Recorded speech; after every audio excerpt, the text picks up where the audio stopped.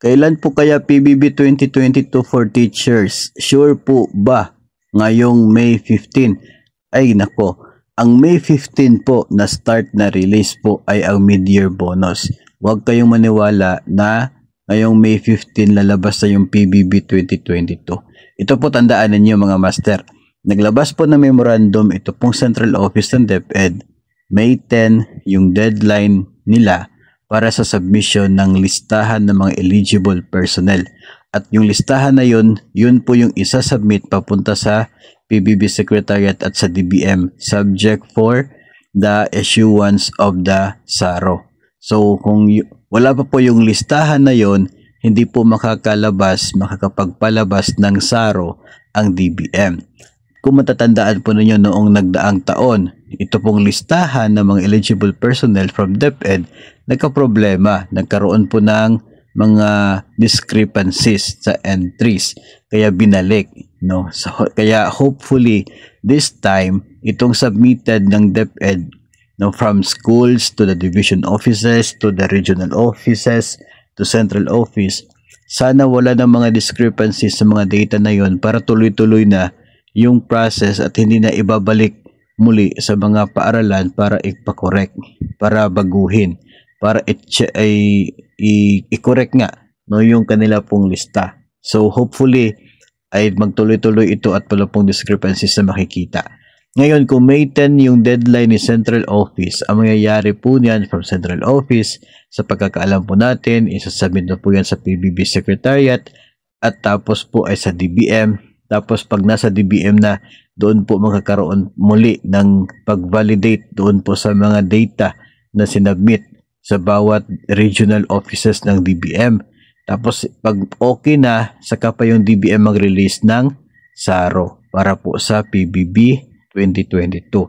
Pag may SARO na, it takes time pa ng ilang araw bago maging available yung allocation doon sa bank account ng inyo pong division, ng inyo pong agency.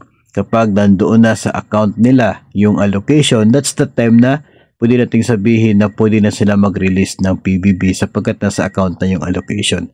So that's the time that they will process po papunta sa land bank para matanggap na. So all of those processes mga master, hindi lamang po isang opisina yung humahawak, marami pong opisina yung dadaanan. Kaya medyo po malabo talaga na May 15 din kasabay ng mid-year bonus itong PBB 2022. Yun po ay base sa realidad ng proseso, no, na atin din po binabanggit sa inyo kasi ayaw po natin na aasa kayo na by next week sabay ng mid-year nandun na yung PBB. No, mahirap po kung umasa kayo ng katulad po niyan tapos yung realidad, yung process ay hindi po kaya na ma-release yan ng May 15. Ang maisiguro lamang po natin dyan ay on process po, no? Yung claim ng PBB, nasa processing period po tayo. Sinusunod natin yung proseso na siya pong nire-require para po sa pag-release ng pondo na mula po sa kaban ng bayan para po sa PBB ng mga government personnel. So ito po ay part ng proseso, no?